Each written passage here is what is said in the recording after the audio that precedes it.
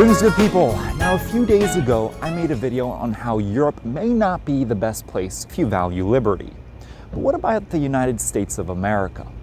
After all, if you think that European taxes are bad, wait till you hear about how the IRS will hunt you down till the day you die if you're an American citizen.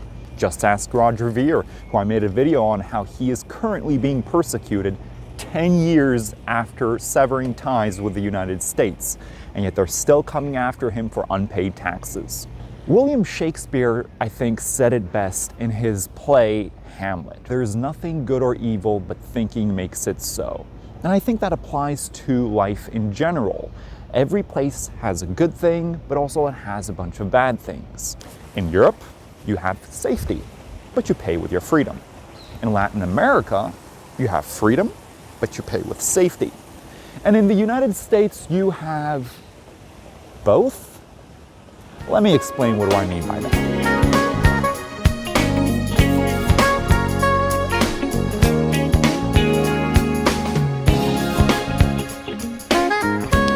You see, the United States is very peculiar when it comes to wealth management.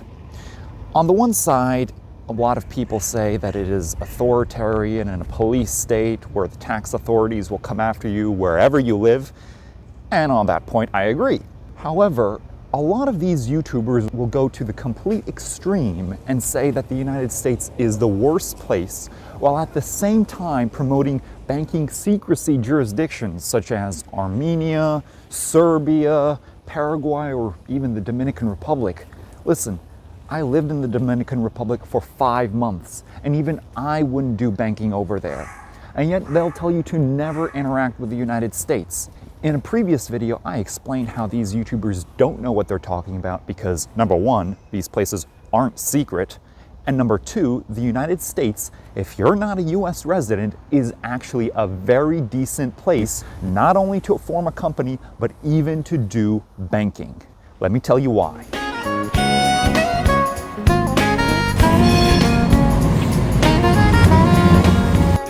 Yep, you heard me right.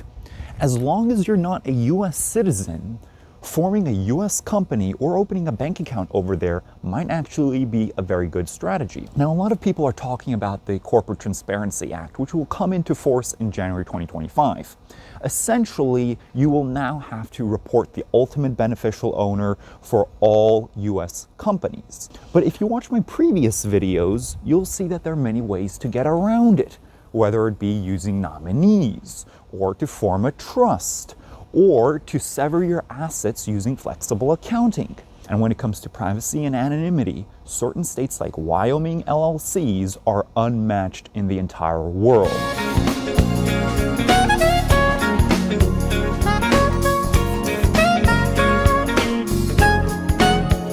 Oh, and by the way, US banks do open accounts for foreigners and offshore companies. The easiest one to do so is Mercury Bank. However, if you meet certain depository requirements, which is usually around $25,000 up to $250,000, you can even play with the big boys such as Bank of America, Citi, Chase, and Wells Fargo.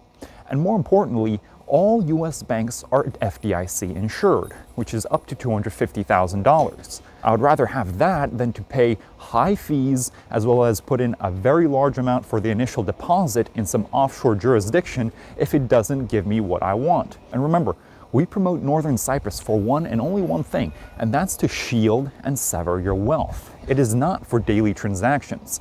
It is not a banking hub. There is no silver bullet solution. And the United States may not be for privacy, however, every business can use an offshore bank account that is extremely functional. By the way, another reason why you might want to use it for asset protection is because it has guns. Well, you didn't see that coming, did you?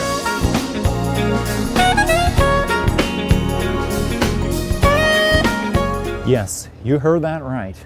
Guns is one of the main reasons why historically the United States has been the cleanest shirt in the dirty laundry when it comes to personal liberty and freedom. During the pandemic, Florida and Texas had fewer restrictions than many Latin American countries. And what's one thing that unites them both? Guns. Now, I'm not saying that you should pack your bags and move to the United States tomorrow. Because after all, what 2020 showed us is that there's such a huge divide between the red states and the blue states, and that riots may happen, especially with Donald Trump in office. What I am, however, saying is that you should not listen to all these YouTubers that see the world as black and white, everything is gray, and everything has its own purpose. As Thomas Sowell famously said, there are no solutions, there are only trade-offs. Anyway, that's it for today's video. It's going to get a bit windy and rainy in Amsterdam, so most likely the next upload is going to happen in 2025. But I'm wishing you all a fantastic new year, and if you like this video and you want more content like this, be sure to subscribe. Anyway, I'll be seeing you soon. Bye-bye.